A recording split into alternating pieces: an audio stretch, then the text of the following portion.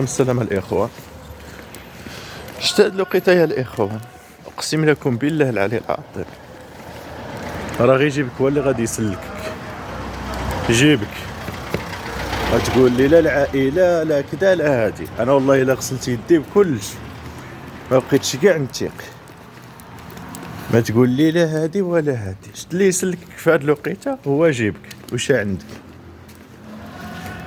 أقسم لك بالله شت العاقة راه كتبدل الواحد صاحبي، اقسم لكم بالله العلي العظيم. اما ديك الضربه كذا راك عزيز، راك غالي، راك انت النمبر وان في الاخلاق.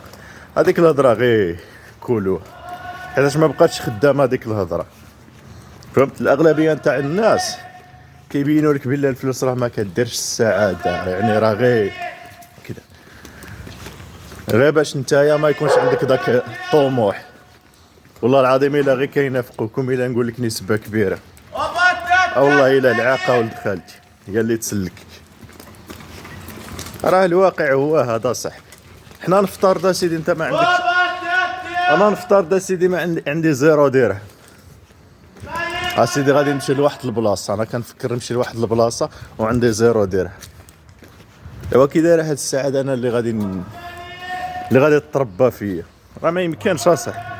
ماشي بحال واحد عنده الفلوس، عنده العاقه، عنده الفلوس صحيح، راه هادشي اللي كاين اصاحبي.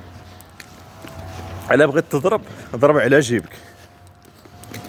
اما تقول لي البشر، البشر يهضر فيك سوا درتها زينه سوا ما درتهاش زينه. الواقع هو هذا الخوت، باش بلا ما يبقى يكذب عليكم ولا ينافقكم شي واحد.